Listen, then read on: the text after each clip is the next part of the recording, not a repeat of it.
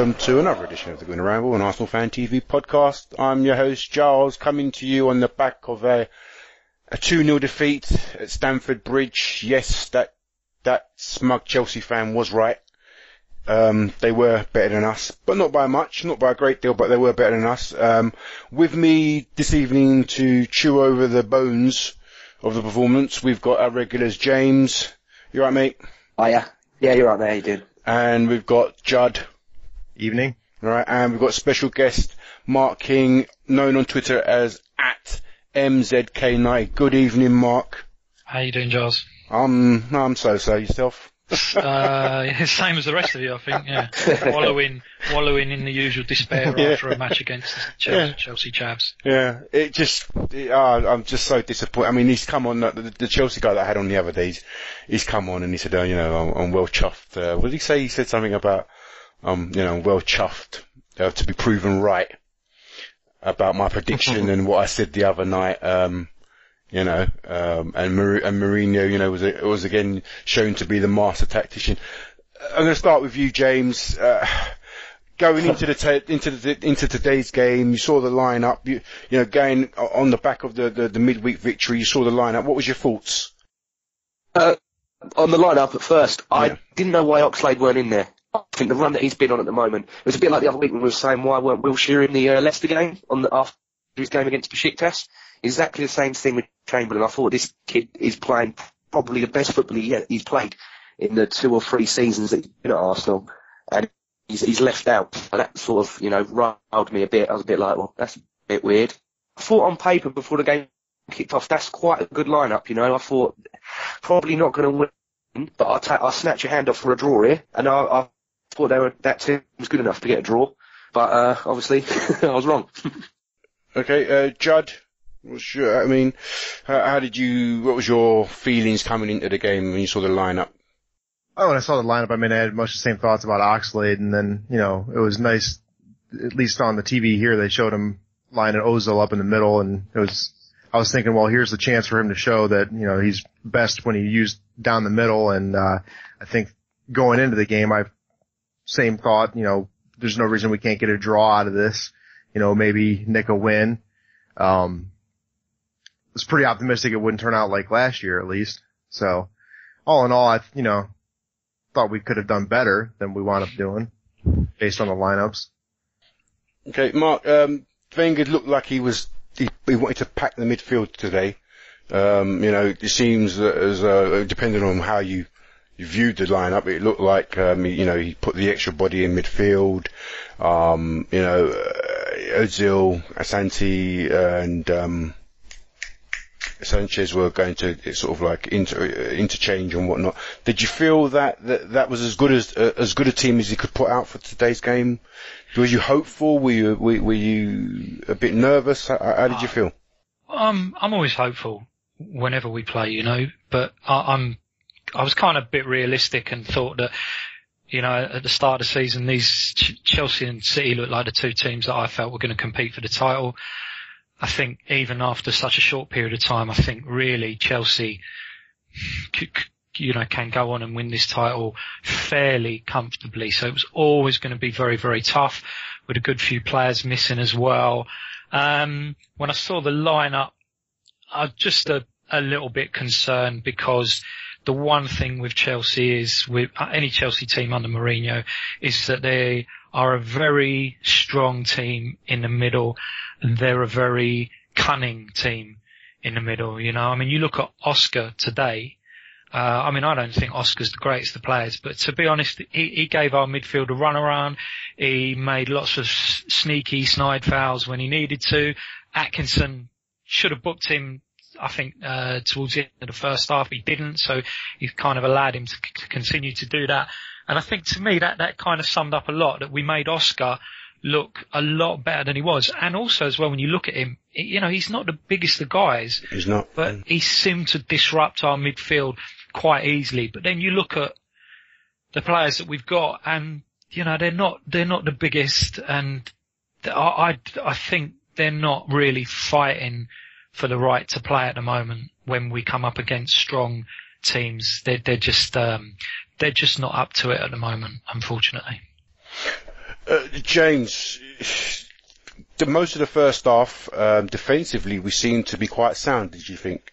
Yeah, I thought for like the first 20 or so minutes we were fantastic, and then it just all seemed to like fizzle out after the penalty and whatnot. But you talk about the defence. I was watching the game. I feel so sorry for Callum Chambers, because he's now going to miss the game against, is it Hull, I believe, with the suspension? Yep. Yes. And you know, he's only had to make those fouls because he's got nothing else. He can't do anything else. I mean, Flamini leaves him out to dry, and you know, Mertesacker doesn't help him the best, and they were smacking their heads going, you know, concentrate. And he's like, well, what do I do? He's like, he's through on, I've got to kick him. I've got no other, you know, and he's young as well. He's been thrown at the deep end. He has performed, but at the same time, you can't be shocked at the fact that he's getting these bookings, because, you know, he's just left. He's got no other chance to do. You know, he's got nothing else he can do but make these fouls. But yeah, I thought Gibbs again, he had a fantastic game again. I can't fault Gibbs, but I thought the centre backs were poor for the goals, but we'll probably get onto that later anyway. Judd, Marks makes the point that Chelsea were quite cute in the way they broke up our play and, you know, got in our faces and whatnot. And James says that defensively, Callum Chambers wasn't given a lot of help. What was your take on how we started that first half?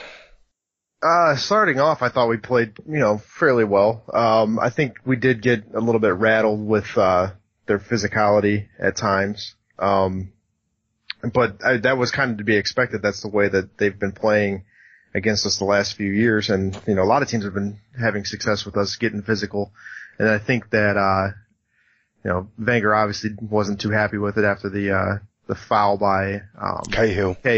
Yeah. Seems to get into his head a little bit now when teams start getting physical.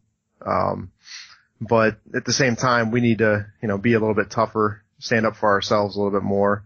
There's no reason that we can't, you know, give it as well as we receive it. And, you know, the good Arsenal sides of the past, they weren't afraid to get stuck in. You know, what happened? You know, why aren't we doing that now? And they were the same size under Wenger. You know, you had guys like Vieira that would get stuck in, disrupt the midfield, and we'd have, you know, our midfield in their faces like Chelsea was to us today. And, you know, I was talking on WhatsApp with Rick before we started about that second goal. You know, the reason he was calling out Koscielny for getting beat by the long ball, but at the same time, if you look back at the build up to that, before they even won the ball in their defense, Fabregas was, you know, in 15, 20 yards of space, Flamini walking around, standing off of him.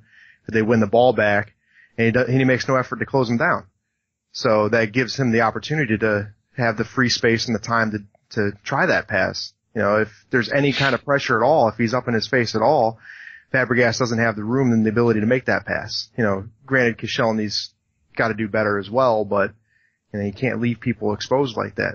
And the same thing happened for the first goal. They just dribbled right through the midfield. Koscielny's got a player running at him full speed, and he's got to make a commitment. You know, I agree with that. Mark, if we rewind to the first goal, we allowed Hazard to sort of drive right in the heart of our defence. Santi Cazorla could have brought him down. Chambers, if he'd have probably got his bearings, would have probably brought him down outside the area, but as soon as he's got in the 18-yard box, he's away, isn't he? And Koscielny didn't really have much option but to bring him down. Did you think it was a red card offence, or do you think, you know, the penalty and the yellow card was just desserts for the professional foul that he committed? Just to answer that point, I wouldn't have been surprised if he'd have got a red card. I mean, you know, Hazard's going through. If he gets past Koscielny without being fouled, he's going to take a shot on goal one-on-one with the keeper. So I don't think if he'd have got a red card, I don't think we could have complained about that. You know, I'm glad he didn't, but that's the way it goes. But that whole goal, I think, showed up a lot of the problems. I mean, I'd want to go back to earlier on, just before the goal. We got a free kick around about the left back area. And I'm assuming, you know, I can't remember, but I'm assuming because of where it was Gibbs. Gibbs tried to take it quickly to Alexis, and Alexis lost the ball very, very easily, and that was when the ball then went infield to Hazard. So, you know, again, I think the same with Szczesny the other night. being in a rush. I sometimes think, why are we always in a rush? It's 0-0. Take it nice and easy. Let's have some build up. Don't always be rushing. So we've contributed to our own downfall. Then I'd like to talk about Hazard. You look at Hazard picks up the ball. If that had been Jack would drive at the box a bit, but he'd be looking to pass. Hazard's got one thing on his mind. I'm going to see who I can take on.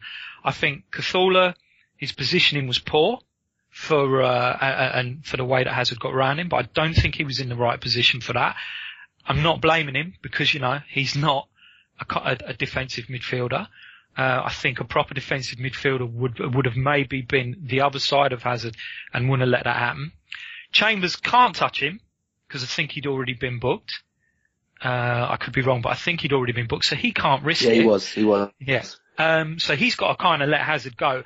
And then, as a centre half myself, I was really disappointed in Koscielny's body shape because he was very much square on as Hazard's coming at him, and Hazard's gone to the side, and all really Koscielny can do is that kind of like lunge out with one foot to the side, rooted for Hazard just to go over. So I thought, we've given the ball away so stupidly, and then we've got one guy's not in the right position to try and, take Hazard away from the box. Another guy can't touch him because he's had a booking after 25 minutes. And then a centre half who I thought made a very, very poor challenge and actually was lucky to stay on the pitch. And if we'd have gone down to 10 then, well, it could have been a lot worse. Okay. That was quite a comprehensive review. Sorry, dude. I told you I talked a lot. No, I mean, I agree. Do you think Cahill should have been sent off for his challenge on, was it Sanchez? Yeah. Yeah. And yes, I think he should have been sent off. I mean, if you go back and watch it, that's so far over the ball. There's no doubt in my mind that he had one thing in his mind, and that is, I'm going to take Sanchez out. He had no intent to play the ball whatsoever. None. Is that the kind of those are the kind of sneaky, kind of snarly sort of dirty tactics that Mourinho and his sort of team would employ, wouldn't it? Really, just sort of like getting on our boys, get them hard, make them think twice about dwelling on the ball. And it worked, didn't it? Because I mean, like it riled up Wenger, it riled up Flamini and everything like that. And they just lose their heads because they're like, no. And this is what really wound me up. I've never seen Arsenal players crowding around a referee, demanding for cards, demanding for decisions. Back in the day, Tony Adams just used to be like, shut up, let's just focus on the game. We haven't got it, I've never seen this begging for cards mentality and squaring up to the ref, shouting in his face. I'm like, just get on with the game.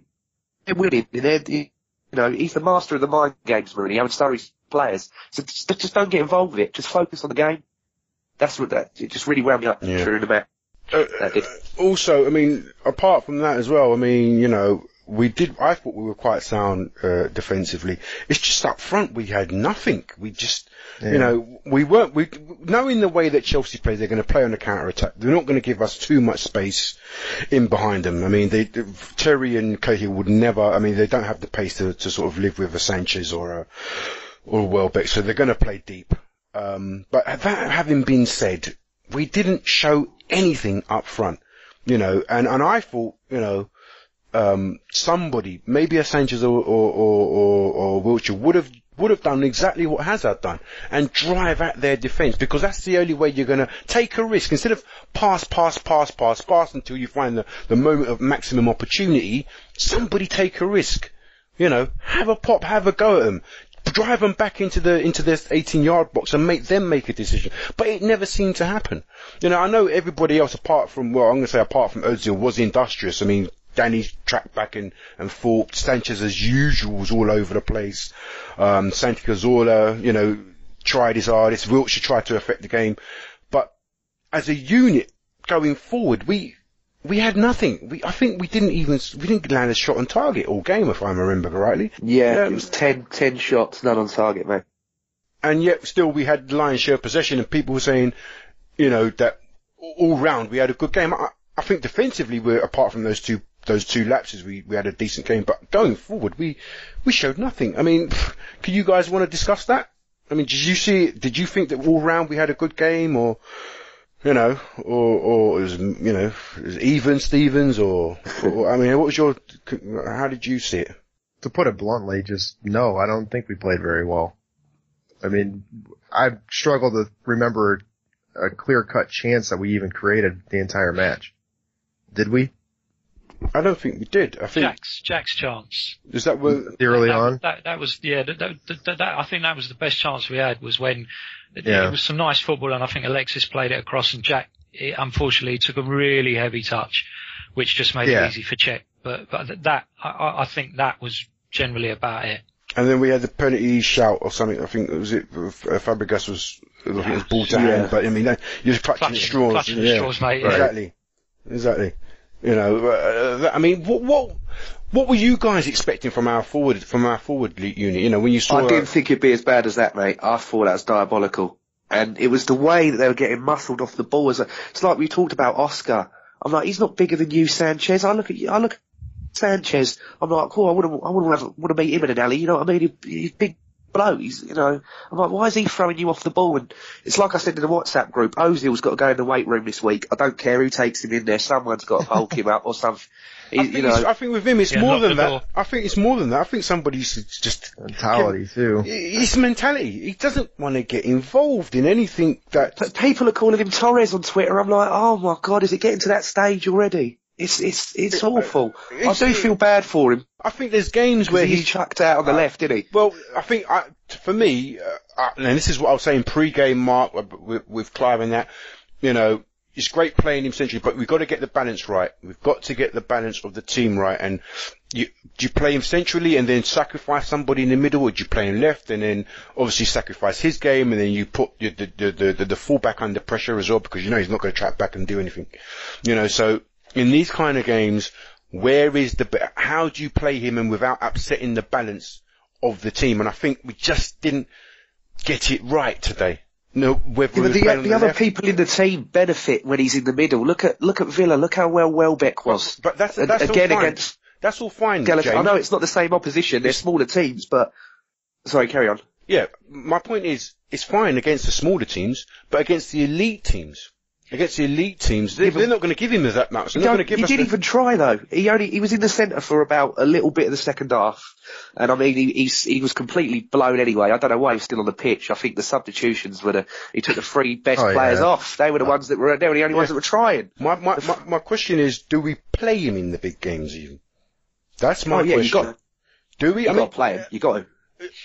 Not if he carries on with. Yeah, we're carrying him. If that's the level of his performance that he's putting in big games against big teams, then I can't see how you can do it, you know. And there's times today when you're sort of thinking, well, you know, could Ox have started and maybe you have given Ozil a rest? And to a certain extent, you know, I think certain players are missing out, or certain players are being shifted around in order for Ozil to play in the team. And it's a little bit like the situation that I think we were getting with Rambo as well. You know, Rambo hasn't been playing well, and yet he was still getting his game in the team. And I think we were leaving other players out to accommodate him. And I'm just not sure that really we should be doing that. You know, you've got to play players on form. I mean, I was kind of glad he played Santi, because I thought Santi has been playing well. He's looked one of our best midfielders. Yeah.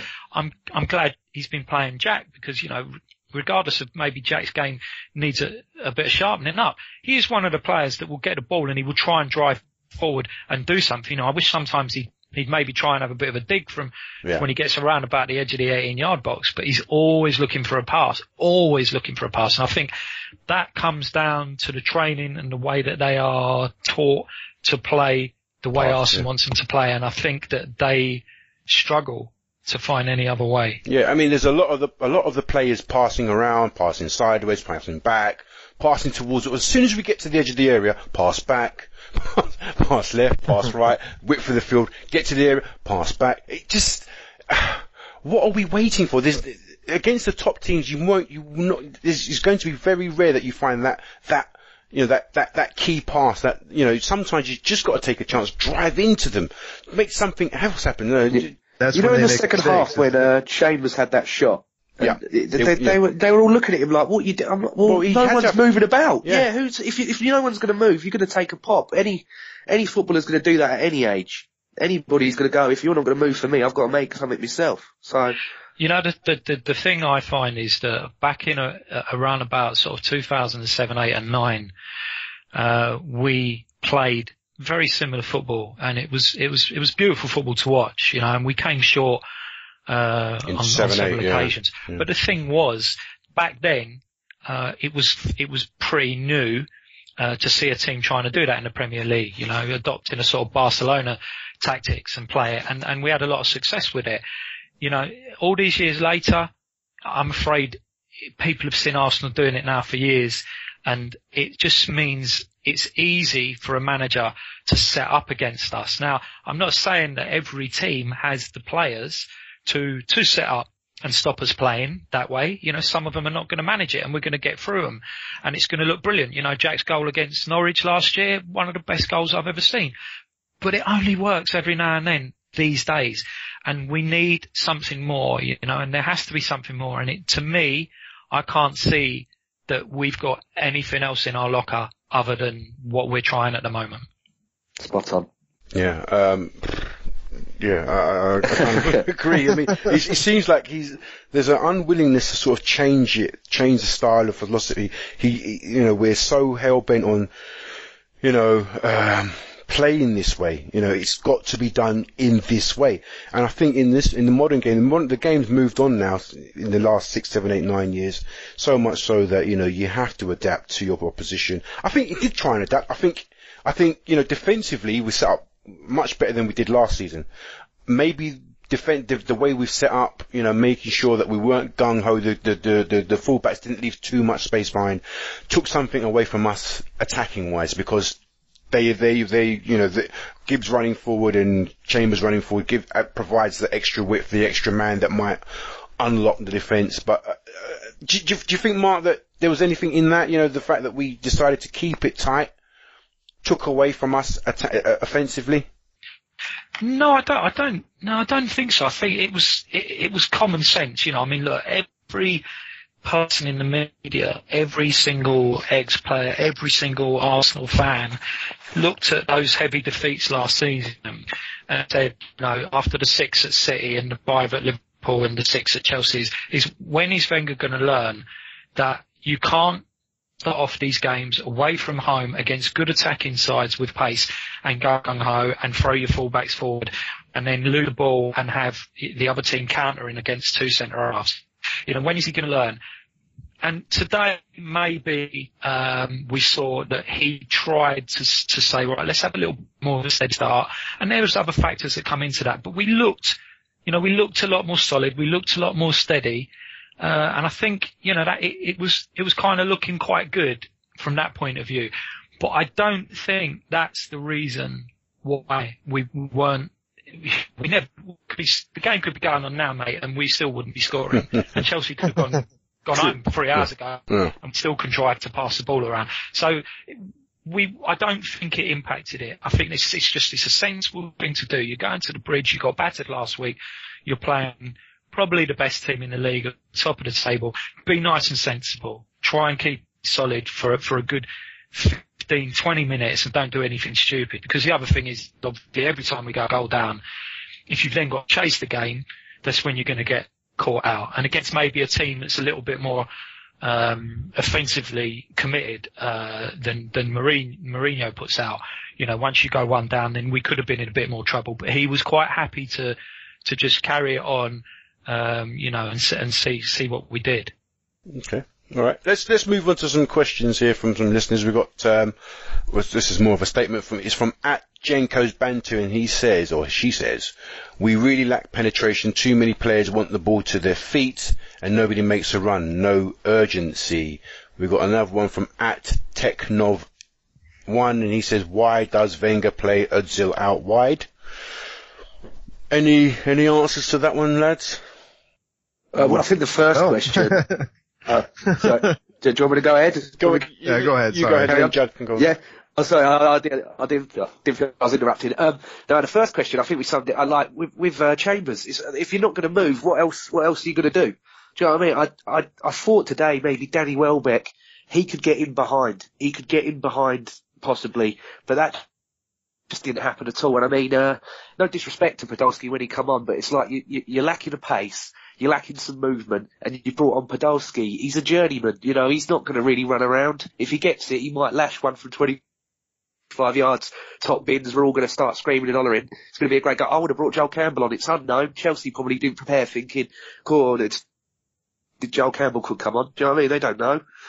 Just, he hasn't got a chance. I've not seen him have a chance. I mean, Southampton, alright, we lost, but I didn't think he played too badly. Everton was what a cameo for him. I'm like, why? What, you just divering? You're just letting players just diver on the bench there. Do you know what I mean? I'm like, if you're not going to play him, then what's the point? Because you could have cashed in on him. Benfica were willing to pay some money, so let him go. Mm-hmm. Judd, let's Nov1 says, why does Wenger play Ozil wide? I have no idea. But that, you know, it's something I wanted to mention earlier. Is sometimes, you know, it makes me wonder, based on the substitutions that we had, lineups that are decided, it makes me wonder if he goes into like a week or a month and says, all right, here's where we've got, you know, our Champions League matchups, our league matchups, here's who I have healthy. I'm going to start this 11 and use these guys in subs in this game. I'm going to start this 11 and use these guys as subs in this game. And then he sticks to that plan, hell or high water, no matter what happens. You know, because there's no logical, tactical explanation behind the substitutions that he made today. Other than that, he said that these guys are going to come in at this time for these guys, regardless. And that's what he did. You know, why he puts Ozil out wide beats the living hell out of me. I mean, that's not his best position. He's shown to be ineffective out there, but he's still there. Just, I'm dumbfounded. Boggles the mind. It boggles the mind. All right. At Trap Like Jordan says, why didn't Wenger start the Ox and place Ozil central? I think we've discussed that. Okay, Mark, maybe you can answer this one. At that _London_ guys asks, why has Wenger got so much faith in Ozil? Well, one of the reasons is, mate, he spent 42 million quid. You know, Ozil to Arsenal was an absolutely huge investment. He was a game changer. Years of austerity and you know, not being able to spend money because of the building the new stadium, which is a fantastic achievement, obviously. But all of a sudden, the shackles come off. We've got some money to spend. And he spent £42 million on Mesut Ozil. Now, to my mind, that's a lot of money to spend on one guy. And were we one player away from challenging for the league title? Some people will say, well, we were because, you know, we were at the top for longer than City were in the end, and we could have carried it on. Well, yeah, okay, we were top for a while, but that was never going to last with the squad that we had. So was he what we needed?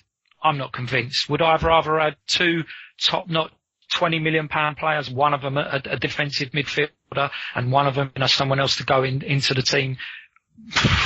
It swings and roundabouts. But he spent a lot of money on him, and he's got to show faith with him, because you've seen what Twitter's like. If Ozil turns out to be a £42 million flop, Wenger move to a cave somewhere, because, you know, he's never going to hear the end of it on Twitter. Not that he was on Twitter, obviously. On Twitter. Yeah. I think one thing he's shown over the years is that he doesn't care what anybody says about him. Yeah. No, and you know, I mean, that's fine to a certain extent, but when you're wrong, perhaps you should care what people think. Yeah. Or at least heed their advice a little bit. Okay, alright, so another question from at Eki Healy. I don't know if we've discussed this. Why did Wenger leave Ozil on the pitch for 90 minutes when he was anonymous? Santi and Wiltshire were fighting, Ozil wasn't. Do we know anything more, James? Was there any sort of injuries to Santi or Wiltshire? Well, I thought towards the end Sanchez, even though he was trying his hardest, sort of looked like he was wilting a bit, so that could have been one of the main reasons. And I mean, I don't really know if Sanchez or Santi? Sanchez, sorry, yeah. I mean, Santi, when he took him off, you see him shaking his head. He's furious, wasn't he? Yep, he was. He did not look happy at all. Yeah. And I haven't seen a player complain like that since, I don't really like mentioning his name, but the one who's at Manchester now when he took Oxlade off in that game against United. Yeah, I've never seen a player really stand there and call Wenger out for somebody since then. So that was a bit of a weird one, but I don't know. It's like we've said, it's baffling, isn't it? It is baffling as to why he leaves him on the left. Indeed. As to why when he's struggling he leaves him out there. We just feeds into the hate, doesn't it? Do you know what I mean? It just gives more ammunition to the people that do slag him off. I mean, I'm probably the journalists going to have a field day with their ratings tomorrow. Give them a big 4 or 5, isn't they? All right. Got several more, but we'll do a couple more now and then a couple more, a few more later on. At Pappy Ogban asks, do you think the gap has been bridged between us and Chelsea considering today's scoreline and the previous one? Guys, discuss. Judd, we'll let Mark propose himself. Has it been bridged?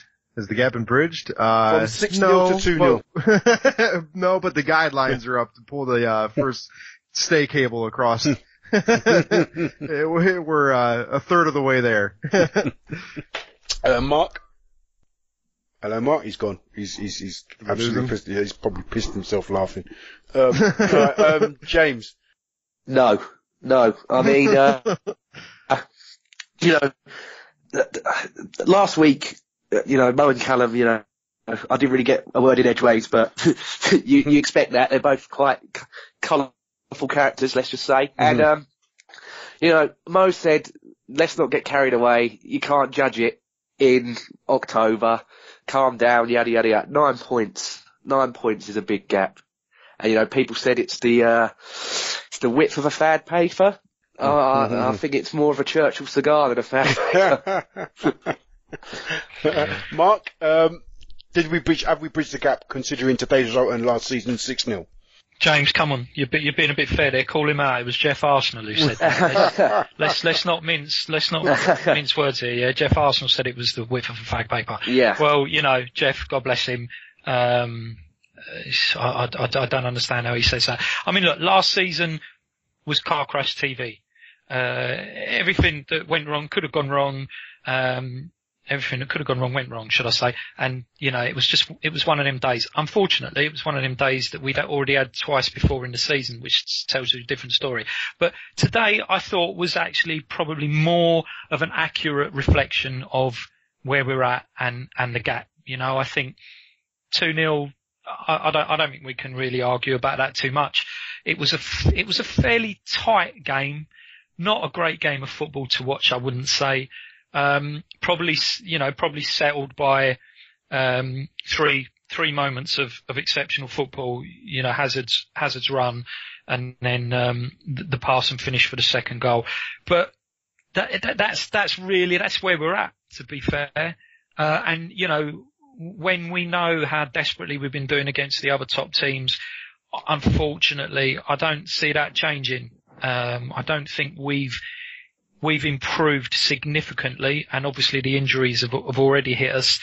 And I think, both Chelsea have definitely improved, and I think Man City will have as well. So I think it's just a question of what the other teams do. Liverpool have started, United are starting to rally a little bit, and there we were all taking the piss out of them, and I think they're 4th or 5th now. So, no, I don't think we've bridged the gap at all. They say championships can't be won this early in the season, but could they be lost? All right. Next question for now. One guy, I think his name is at Faz5814G83. Blimey. In my opinion, Theo and Alexis on the flanks will probably raise Ozil's game. Do you think, with the personnel that we've got out there now, we were crying, people, I was saying, okay, we'll give him, last season I was saying, okay, we'll give him a break, he's not got the personnel, Giroud's not really the kind of player that he plays with, we didn't have Theo, we didn't have, so-and-so on the flanks. This season, Alexis Sanchez is on the flank, Santi Cazorla's there today. I think, Oxlade-Chamberlain came on later in the day. Welbeck's been added to the team. He's got players around him now that he can showcase his talents, that he can use to showcase just how good a great a playmaker he is. And yet today we didn't see that. Do you feel that Walcott is the missing link, James? Do you think that if Walcott comes back, we'll see, when he does come back, I don't think he'll be a starter by any means. I think he'll be, gently weaned in to the team, gradually. But I will just say, if stats prove anything, when he was there with Ozil, last year, that was the best run Walcott had. He got 5 goals in the 3 games that he was with Ozil, when you could see the telepathy and the way they were playing was quite tasty, if I can say so. But it's like you've said, he's got quality around him now. But it's just, finding the key to unlock the door, isn't it? That is, as cliche as it sounds, that's just all it is. Judd, do you want to answer the question? Have you got any thoughts on the question? Well, I mean, sure, he could help, but that, is operating under the assumption that he's not going to be played out on the left himself, that where he's been for the whole season. Yeah. So, I mean, sure, we've got plenty of, personnel out wide, but we're not using them, or we haven't been using the logical replacements to them yet. So who's to assume that, they're going to take Ozil's spot on the left when they come back? If you follow what I'm saying there. Yeah. There's under the assumption that we're not going to play him in his rightful position. Okay, all right. Let's move on to the second goal. It seems as though we were caught playing, trying to score a goal ourselves. We got caught in a classic counter. We'd shackled Cesc Fabregas all game. All game, he'd not really been. He hadn't really hurt us. And at that moment, as you were saying, Judd, or somebody was saying, we'd left. Flamini again had left, he'd gone walkabout, he'd left Cesc Fabregas in acres of space. Cesc, being the footballer that he is, and I don't care what Arsenal fan says, what kind of hate they've got going on for him, he's still a fantastic player. In that split seconds, he sees the one blade of grass, that 1 square metre of grass where he can play the ball to Costa, who's surrounded by Koscielny, who's quicker than him, and it was Mertesacker in and around there as well. I think there was another 2, or at least 2 defenders in and around him. He plays it in the space where, he'd get the ball, and Szczesny couldn't come and get the ball himself, and scores.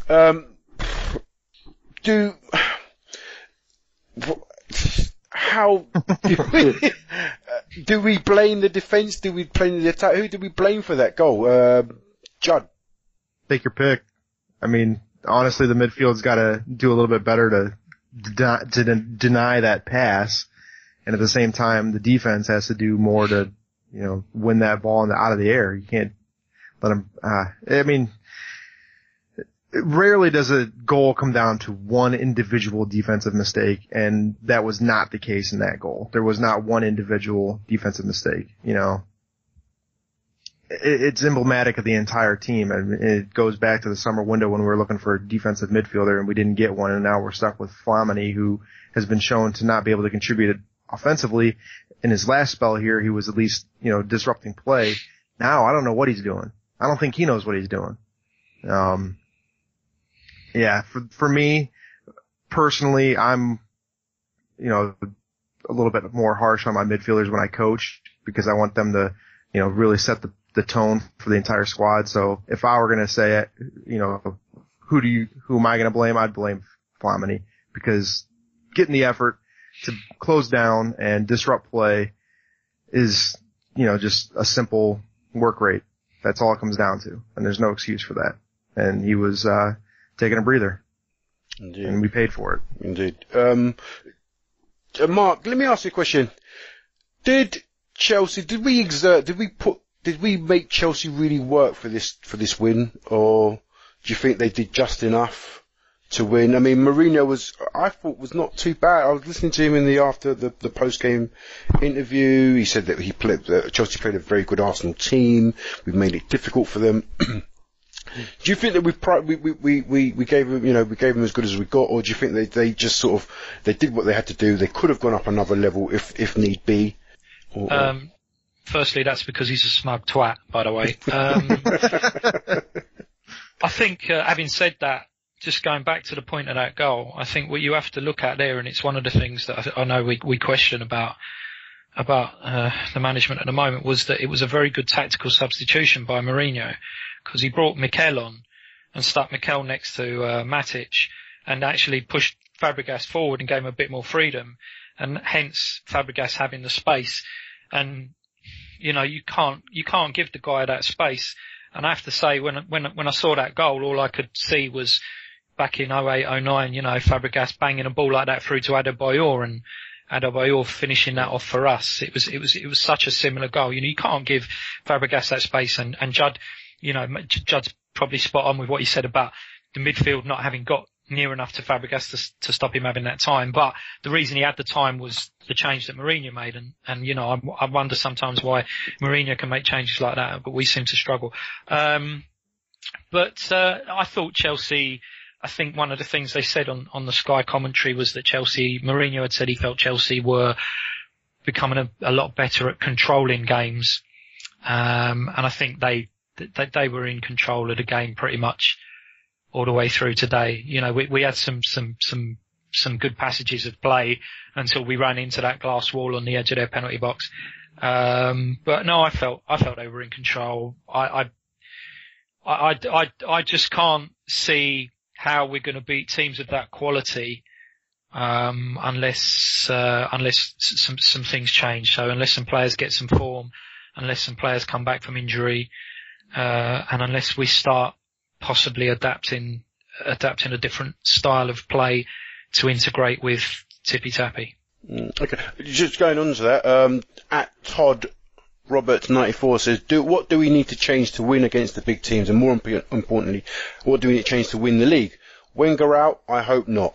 Mark, what do you think we need to do to change our record? Is that one winning, I don't know, 20-something games against the top 4 contenders or something like that? No, I don't know. I think some of it is personnel, mate, to be honest. We knew all along that the protection in front of the back four just wasn't good enough. Arteta did a good job for the first couple of seasons he's there. Personally speaking, I think his legs have gone. But we're giving him a new contract. Well, I kind of saw something about that, and I was refusing to believe it. Is that actually true? I believe it is true. Well, I'm kind of a little bit gobsmacked about that. I mean, look, I asked this question earlier in the week. I'm sure Arteta's a great guy. He looks like he's a really nice fella. He's got great hair. I'm sure, he makes a good club captain, and I'm sure the players love him. But at the end of the day, if you went and you said to Lauren Koscielny and Per Mertesacker, and you said, look, boys, in confidence, who would you rather have sitting in front of you, giving you a bit of protection, Mikel Arteta or Morgan Schneiderlin? I'd be amazed if these guys, hand on hearts, wouldn't go, you know what, I want to win some trophies, so I'd rather it was Schneiderlin or Carvalho or, possibly Khedira. I mean, we need, I just think we're still missing the required level of personnel to compete against the top clubs. James?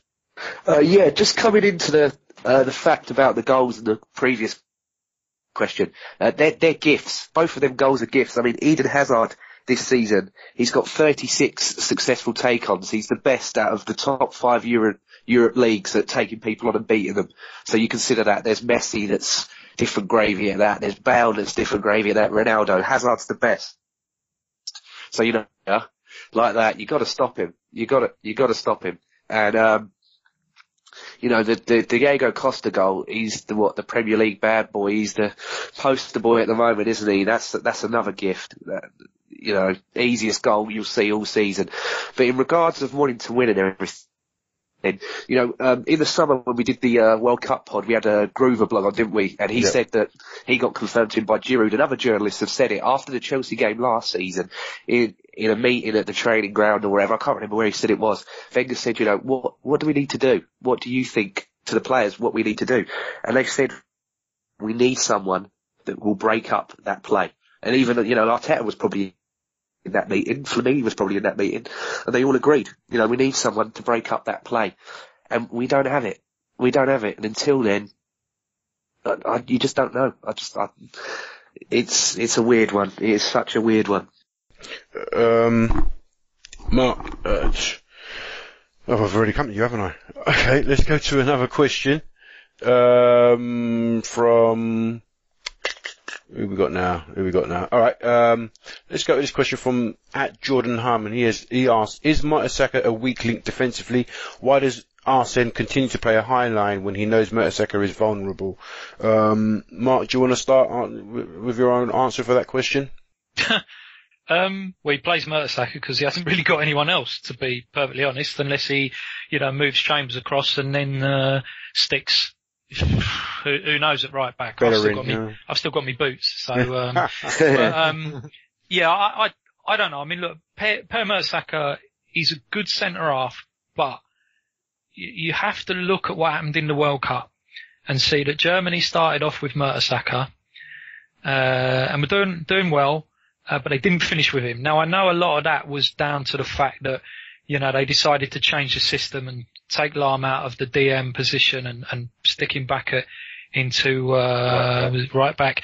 And then he's got the choice: leave Boateng out and persevere with Per, or move Boateng across and drop Per. And that's what he did, and that kind of tells you something, because, they went on to win the World Cup, although people will go, yeah, they won the World Cup with Ozil playing on the left, which is, bullshit analogy. But so Per's kind of he's getting to that point where his reading of the game is still exceptional, but his body isn't going to do what his mind tells him to quite as quickly as each sort of 6-month period goes by. So, and I said this the other day, the gap between our first two choice centre halves, who are like 28 and 30, I think, and our third choice centre half, who's 19 to 28, is absolutely ridiculous for a club of Arsenal stature to have a gap of 19 to 28 between your first, your first two choices of centre half and the next one that you're going to play. And that's horrendous forward planning. Judd? I completely agree. Makes you wonder what's going on. This is something we didn't talk about earlier. We've got 6 players to cover 4 spots defensively. It's a good thing that Koscielny didn't get sent off, because we've got Chambers out suspended now. We're just getting Nacho back. Who would we have played in the defense? We're pretty short of options back there, and it's not going to be getting any deeper anytime soon, not until January. So, oh man, I don't know. It's not too many questions are easy to answer about decisions that are made at Arsenal right now. Yeah, indeed. Okay, let's go into another question here from... Oh, we've got quite a few negative questions here. No. Okay, alright, let's go to this one. And from @Antonio Eduard, I hope I pronounced that right. Antonio Eduardo, he says, I feel sorry for Wenger. He will never get the better of Mourinho. He should have slugged him when he had the chance. Worth the fine. Now, I said during the game when I saw that, I said, if only the players could have shown as much fight as Wenger did on the touchline, we probably would have got a better result. What did you make of the touchline fracas, James? Like I said, Mourinho wanted that to happen. He's the master of, winding people up. And if you bite to it, he's won, isn't he? It's like a typical bully at school. Don't rise to him. Be the bigger man, walk away. But, Wenger rise to it. They'll laugh about that for days now. He said he didn't regret it, but he probably will. And he'll probably get something clapped down on him now. I don't know how much the fine will be, or I doubt he'll get a touchline ban, will he? Do you guys reckon he will? Or I can't see him getting a touchline. I actually admired him for it, because Mourinho. I mean, it was all because of the tackle, that reckless tackle by Cahill. Mm-hmm. And Wenger had every right to go mad. Obviously, I'm sure he thinking twice, he probably wouldn't have done it. He wouldn't have encroached in the guy's area. But I just really admired the way he sort of pushed him and made him look like a little boy. I just wish the players would have taken that on as well. You know what I mean? I'm sure he would have gladly taken whatever it is, £30,000 fine or whatever he's going to get fined, if we'd have shown as much tenacity and intensity up front, as he did on the touchline. Mark, anything to say on that little altercation? There are certain managers that manage to get under Wenger's skin. Mourinho is definitely one of them. The likes of Pulis, Mark Hughes, that idiot at Hull, what was his name? Tango Man, Phil Brown. He used to do it as well. And Allardyce as well. There's a few of them. There's a few of them that kind of wind him up a little bit. And normally, he's an intelligent man and he rises above it. So to see that today, that actually kind of tells you a lot that Wenger, when was the last time you saw it? I think the last time Wenger had a spat like that on the touchline when the manager was probably with Alan Pardew that time. West Ham, it tells you that Wenger's, he's maybe, he's feeling, I'm not saying he's feeling pressure, he's feeling stress, but he's emotionally wound up by what's going on.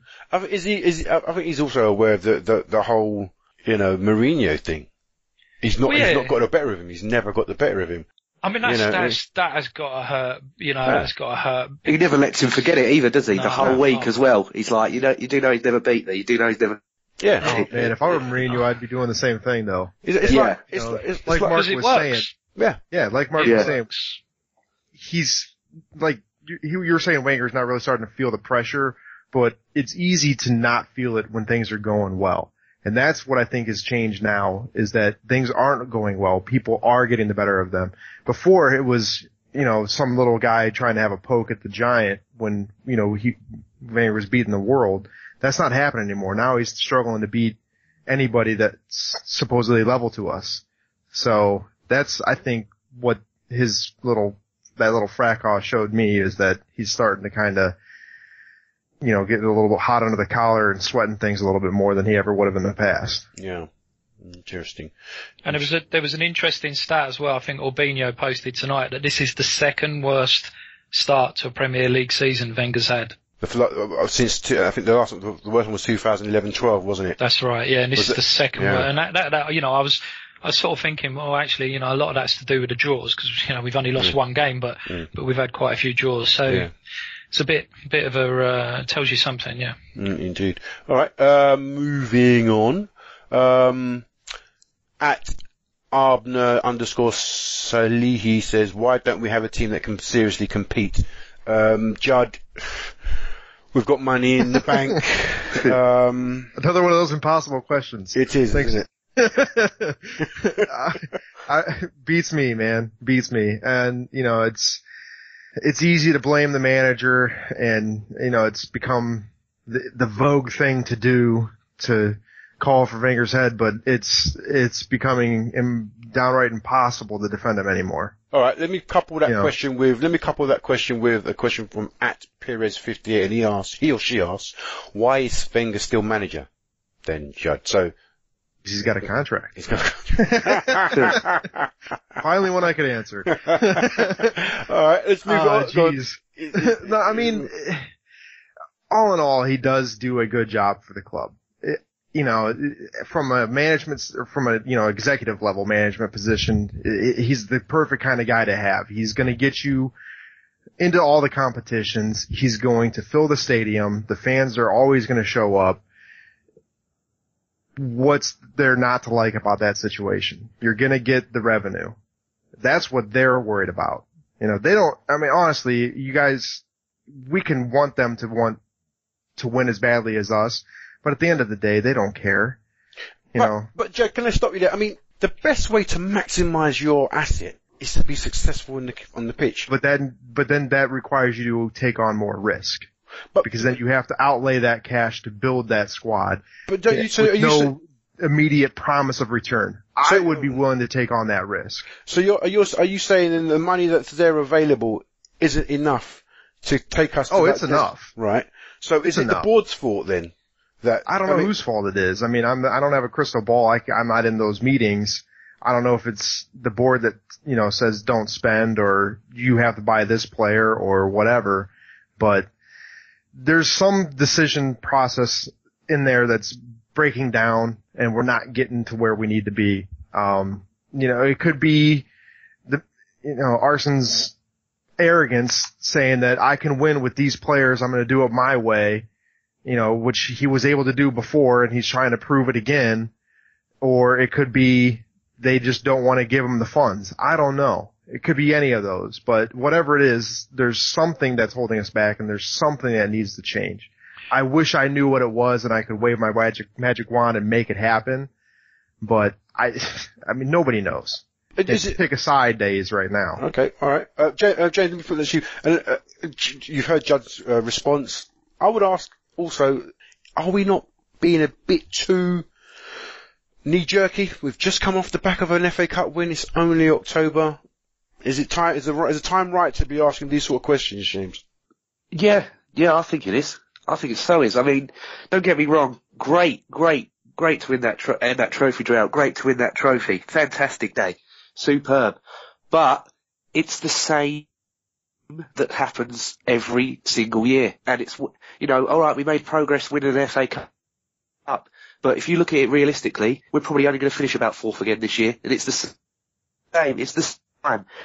And is that what the club want us to do going forward every year? It seems like that's the aim. The remit is, just finish top 4. We get a qualifier, so that's an extra game at the Emirates, so that's more money we're going to get from fans. It's like they'll take off all of us, but then they won't spend on the quality to get us to the next level where we can be. And on the pitch as well, it's where the players are playing and whatnot, and this, unreliance to want to shoot or what have you. Everyone's passing the ball instead of putting their laces through it, trying to score a goal. And it's like you said, Giles, you summed it up perfectly. Surely the best way to make more money is when you're successful, because, I haven't bought the new Arsenal shirt yet, but if Arsenal won the Champions League last year and it had Champions League winners written on it, I'd buy that straight away, wouldn't I? Do you know what I mean? Mark, let me add this question to it. You've heard the last two questions, and this is the third question here from @10_Wiltshire_10. He says, why are fans so fickle? So, first question is, let me remind you, is why is Wenger still the manager? Second question was, what was the second question? Let me answer the first one while you look at the second. Go on. Arsene Wenger is still manager because, as Judd basically said, he is the perfect manager for a football club owned by Stan Kroenke. That's the simple answer to that one. You don't need to know any more than that. All right. And then the second one is, why don't we have a team that can seriously compete? I think we've said it. It's personnel, it's bad luck with injuries, which are, is it the club's fault? This investigation that's supposed to be going on, new guy, Shad Forsyth coming in, doesn't seem to have changed too much with the 2 muscle injuries last week. And it's the lack of the key players that we need. But the interesting thing will be, if you look at this season and going on about, what a knee-jerk reaction. We're out of the League Cup. We sort of look like we might struggle to launch a challenge for the title. Champions League, I can't honestly see us winning it. And then you've got the FA Cup. So just say, we finish top 4, we get bloody Bayern Munich or Barcelona in the first knockout round because we finished second in the group, and we go out then, but we win the FA Cup.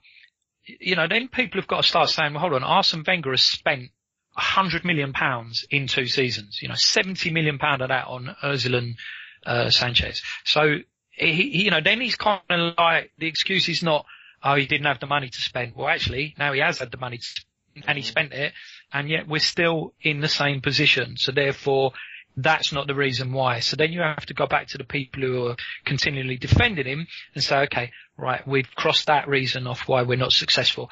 Let's have your next on the list of excuses for why Arsene Wenger can do no wrong. But is it not too early to be asking those, to be making those sort of forecasts, those assumptions? I mean, it is after all only October. We've just entered October. I mean, the performance today, although it wasn't great, it's still something we can work on. I mean, going forward, we might get a result over in Manchester. Both the Manchesters, we might probably get a result in Anfield now. because we have improved defensively on that score. There's got to be something that we can take out of this game, surely. Well, let me interject there for a second. How long are we going to ask? Is it too early to ask? Because I've been hearing that for how many years now? It's always, well, wait until this, wait until this, wait until this, wait until this. Nothing has changed in the last 7-8 years. We did finally win something, and we did finally start spending, but the same things are happening every single year. Every single year. What's the one constant over all of that time frame? There's only one. We have a different ownership, we have a different stadium, we have different players. There's only one thing that stayed the same. I'll leave it at that. Giles, can I just say to you though? Go on, James. I'll ask you just quick here. It's the same. Do you not see? It's the same things every year that people complain about though, and they are preventable. They are preventable. You can't tell me that we didn't have enough money to go and buy a defensive midfielder that, we've discussed earlier, the players said they need. What more incentive do you need? I mean, he did that interview in BN Sports and said, I need a Vieira Petiti type player. He said it after the window shut. In January, if I had more time, look who I could have bought if I had more time. You had a whole summer. So do you not think that, do you guys not feel that in January he might go out and address the defensive midfield, or that powerhouse? I think he's going to have to. The people are turning, people are angry now. And it's like you said, it is October. It's only a few months in. People are pissed. read Twitter. People are angry. I'm not. But are we fickle as fans then? Are we asking too much too early? Should we not wait and see? No. Why do we fan watch? share's gone. Yeah. We watch because we want our team to win. I mean, I'm not going to the theater. I'm not here to see a play. It's a competition. I support a side that I want to win. That's what I want. That's why I go. That's why I'm involved in sport. Okay, I understand that, but look at this run of games that we've got between now and in January. Apart from the Champions League fixtures, we've only got, if I'm reading this right, we've only got Man United at home on the 22nd of November, and then we've got Liverpool away the 20th of December. Those are the toughest games that we've got between now and January. Domestically, if we can, and there's no reason why we can't. I know we've not had a great start to the season, but if we can get ahead of steam up, and keep in and around there, because everyone, it's not only us that's going to drop points. Chelsea will drop points at some point, surely. Man City have dropped points, If we can hang in thereabouts until January, and we get certain key personnel to address that situation, will you then have a bit more faith that we could probably do something? Or maybe not, whether we can win or win the title or not, I don't know, but sure, would you have more faith that we could probably get closer to influencing who wins the title or anything like that? Mark, we'll put that to you. Well, yeah, I mean, look, when you look at that run of games, there's a lot of winnable games there, and we've got to make sure that against Liverpool and United, that we're definitely trying to take points off them and doing better than we did against. Well, is it Liverpool at home? Did you say, or away? We've got Liverpool away. If it's Liverpool away, there's another car crash to be avoided there. Is it really? I mean, they're not playing very well. I mean, they're not playing like they were last season. They're not the same team. No, I agree. But then, we've got to go there and try and get a result. And, we've got to try and beat United. I mean, I think there's another mental block that's hanging over us about trying to compete with Manchester United. I mean, how we only took a point off them last year, I don't know. It was like the worst Man United team I've seen in probably 20 years. And yet we put into abject displays and only, got the point at home. And so we need to do something this year. And again, they've upgraded a bit, so that's going to be tough. So yeah, there is no reason. And this is the thing that gets me. It's like none of the four of us are sitting here hoping that we can all come on here and be right. And that's what always gets me about Twitter, so we don't want to be right. We're saying this is our opinion of the situation.